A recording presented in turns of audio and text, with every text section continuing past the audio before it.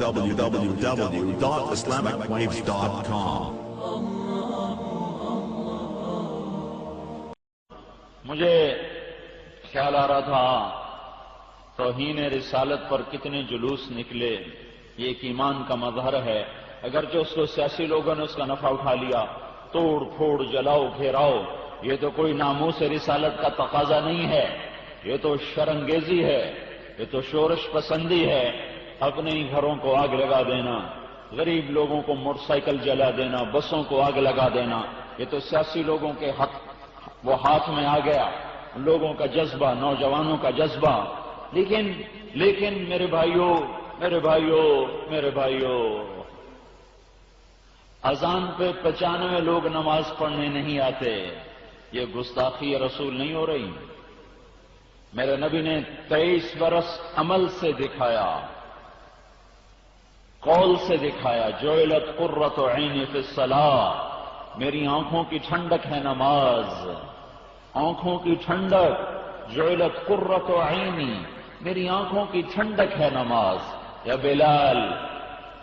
بلال ارحنا بہا، اے بلال اقم فارحنا بہا، اذان دے، اقامت کہ اور مجھے راحت پہنچا، میں نماز پڑھوں مجھے راحت پہنچا۔ الجفا کل الجفا، ظالم بڑا ظلم ہے کیا؟ النفاق کل النفاق، منافقت کی انتہا، ظلم کی انتہا کیا ہے یا رسول اللہ؟ قال من سمع النداء فلم یجب، جس نے اذان سنی اور نماز کے لیے نہ اٹھا، یہ بڑا ظالم ہے، یہ بہت بڑا ظالم ہے۔ تو ایسے ظالموں سے گلستان کالونی بھری پڑی ہے، فیصل آباد، لاہور، کراچی، ملتان، سندھ، پنجاب، بلوچستان سرحد بھرے پڑے ہیں۔ 100 میں مشکل سے 10 آدمی ہیں جو نماز پڑھتے ہیں، 90 آدمی اذان سن کے مسجد کی طرف نہ اٹھے، مصلی کی طرف نہ اٹھے۔ انہوں نے کون سے عشق رسول کا حق ادا کیا ہے؟ یہ تو بڑے گستاخ رسول ہیں کہ جنہوں نے اپنے محبوب کی آخری وصیت بھی سنی ہوئی ہے کہ آپ نے دنیا سے جاتے ہوئے فرمایا تھا الصلاۃ، آخری وقت جانے کا، کوچ کا اعلان ہو چکا ہے، اور چند لمحات ہیں، ان لمحات میں آپ نے اپنی امت کو نصیحت فرمائی 2 باتیں، الصلاۃ وما ملکت ایمانکم، میری امت نماز نہ چھوڑنا، اور ماتحتوں سے اچھا سلوک کرنا، غلام، غریب، فقیر، مسکین، بیوہ، عاجز، کمزور، ضعیف، ان کے اوپر زیادتی نہ کرنا، ظلم نہ کرنا، زبان کے تیر نہ چلانا، ہاتھ نہ اٹھانا۔ تو کیا ہوا؟ دونوں نصیحتوں پہ کیا عمل ہوا؟ 90% نماز چھوڑ گئے، 10% پڑھتے ہیں، پر اگلی نصیحت پر تو کوئی بھی نہیں نظر آتا۔ 100 میں 100 گالیاں نکالتے ہیں، 100 آدمی 100 کے 100 اپنے نوکر کو گالیاں نکالتے ہیں، گھر کی خادمہ کو عورتیں گالیاں دیتے، مالک ڈرائیوروں کو گالیاں دیتے، سیل مینوں کو گالیاں دیتے، مزدوروں کو گالیاں دیتے ہیں، یہ ملوں والے اپنے مزدوروں کی تنخواہیں روک لیتے ہیں۔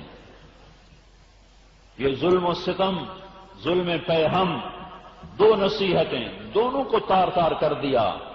اس پر تو تم نے جلوس کوئی نہ نکالے،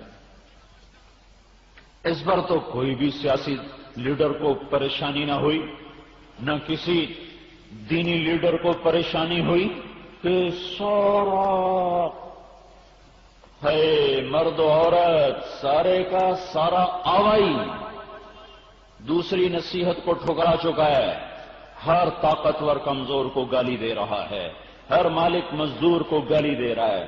100%، میں سب کو نہیں جانتا، مجھے حالات ملتے ہیں، کوئی ہوں گے، لیکن اکثر مل والے مزدوروں پر ظلم کرتے ہیں اور ان کی تنخواہیں روکتے ہیں، ان کے حقوق سے انہیں محروم کرتے ہیں۔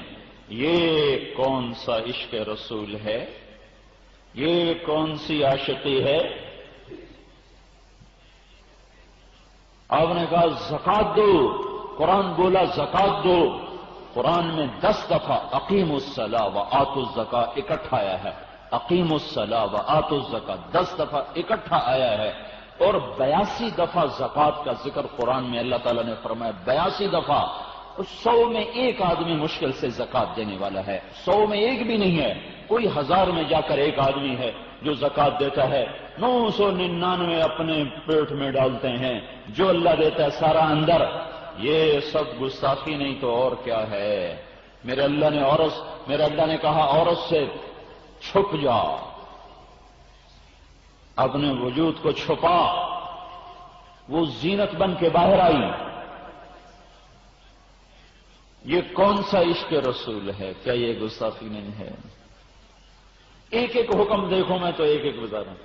سارے بازار میں بانڈوں کی دکانیں کھلی ہوئی ہیں، اور جوئے پہ جوا حکومت بھی چلا رہی، عوام بھی چل رہے، اور وہ نمبر خرید کے دعائیں مانگ رہے، یا اللہ میرا نمبر نکال دے، میرا نمبر نکال دے۔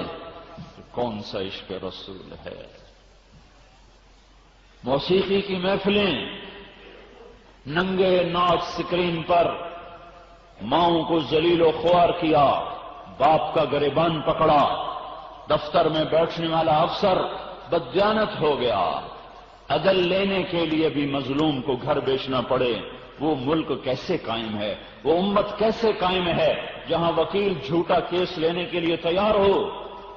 شروع سے لے کر آخر تک اسے پتہ ہے میرا موکل جھوٹا کیس لے کر آیا ہے، پھر بھی وہ لڑنے کے لیے تیار۔ جہاں جس دھرتی پہ یہ ہو رہا ہو، ان کا عشق کیسا عشق ہے؟ جہاں قاضی کے قلم کی بولی لگ رہی ہو، قاضی کے قلم کو خریدا جا سکتا ہو، جہاں قاضی کے قلم کو خرید و فروخت کے ساتھ معاملہ طے کیا جا سکتا ہو، جہاں وکیل کا علم زانی کو پناہ دینے کے لیے فائل تیار کرنے کے لیے تیار ہو چکا ہو، جس بازار کا تاجر جھوٹ بولنا شیوا بنا چکا ہو، وعدے سے پھر جانا اپنی فطرت بنا چکا ہو، پیسے دبا لینا اپنا فن اور ہنر بنا چکا ہو، وہ دیش کیوں قائم ہے؟ کیسے قائم ہے؟ آپ تشریف فرما تھے مسجد کی مغربی سائیڈ کی طرف جہاں جنازے پڑے جاتے ہیں، تو آپ صلی اللہ علیہ وسلم نے ماتھے پہ ہاتھ مارا، اف اف، کتنا سخت حکم آیا، کتنا سخت حکم آیا، کوئی بول نہ سکا، کوئی پوچھ نہ سکا ہیبت کی وجہ سے۔ ایک دن گزر گیا، اگلے دن محمد بن عبداللہ بن جحش رضی اللہ تعالی عنہ، انہوں نے عرض کی یا رسول اللہ، کل آپ کہہ رہے تھے بہت سخت حکم آیا ہے، کیا آیا ہے؟ تو آپ نے فرمایا جبریل نے آ کے بتایا ہے کہ ایک شخص اللہ کی راہ میں شہید ہو، پھر زندہ کیا جائے، پھر شہید ہو، پھر زندہ کیا جائے۔ 2 دفعہ، شہادت تو ایک ہی دفعہ کافی ہوتی ہے، وہ 2 دفعہ شہید کیا جائے، اور اس کے ذمے لوگوں کا مال ہے، اور وہ لے کر شہید ہو گیا، تو یہ جنت کی ہوا بھی نہیں سونگھ سکتا، یہ جنت کے قریب سے بھی نہیں گزر سکتا۔ سارے بازار میں پیسہ دبا دینا، پیسہ دبا لینا، یہ فن بن گیا ہے۔ پیسہ موجود ہوتا ہے، لینے والا آیا ہوتا ہے، کل آوے جی آج کوئی نہیں، کل آوے جی، ایک جھوٹ، ایک ظلم، ایک خیانت، کتنے پے در پے جرم کیے، پے در پے۔ اس سے بڑے گستاخ رسول کون ہوں گے؟ ان سے بڑے رسول کی تعلیمات کا مذاق اڑانے والے کون ہوں گے؟